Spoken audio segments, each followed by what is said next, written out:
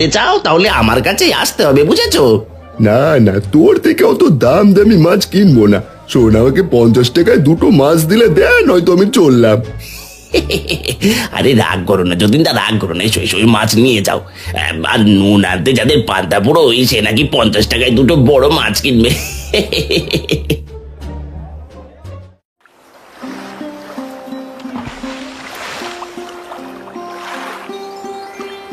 এই রে, এখানে তো অল্প কটা চিংড়ি মাছ। এত কম চিংড়ি মাছ তো বাজারে বিক্রিও করতে পারবো না। না, অনেক বেলা হয়েছে, এবার সকালের খাবারটা খেয়ে নি, এরপরে না হয় আবার জাল ফেলবো। আরে বাহ, কি সুন্দর ঘ্রাণ ভেসে আসছে। আহ, গিন্নি তো দেখছি আজও চিংড়ি মাছের মালাইকারি রান্না করেছে।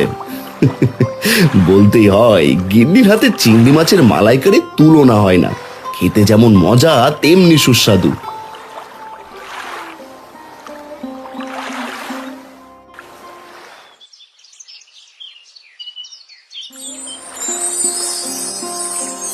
আরে ও জেলে, তুমি কি খাচ্ছ? এত সুন্দর ঘ্রাণ ভেসে আসছে। ওরে বাবারে, এ কি জলপরি? আমি সত্যি দেখছি না তো? ভয় পেও না তুমি, আমি তোমার কোনো ক্ষতি করব না। তুমি শুধু বলো তুমি কি খাচ্ছ। এত সুন্দর ঘ্রাণ কোথা থেকে ভেসে আসছে?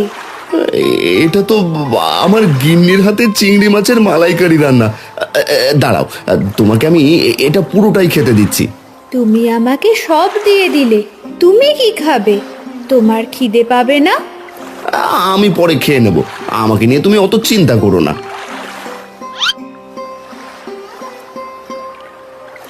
আরে বাহ, চিংড়ির মালাইকারিটা তো খুবই মজার হয়েছে।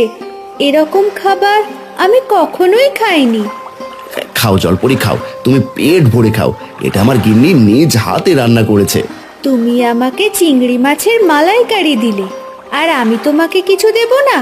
সেটা হতে পারে না। দাঁড়াও, আমিও তোমাকে কিছু দিচ্ছি। আর এ কি, আমি কি দেখছি? আমার নৌকাটা যে চিংড়ি মাছে ভরে গেছে। আমি আমার স্বপ্ন দেখছি না তো?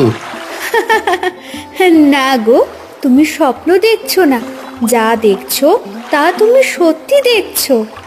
এইসব চিংড়ি বিক্রি করলে যে আমি অনেক টাকা আয় করতে পারবো। আর একটা কথা শোনো, তুমি যদি আমাকে প্রতিদিন এই চিংড়ি মাছের মালাইকারি দিয়ে যাও, তাহলে আমিও তোমাকে প্রতিদিন নৌকা বোঝাই চিংড়ি দেব। তুমি সত্যি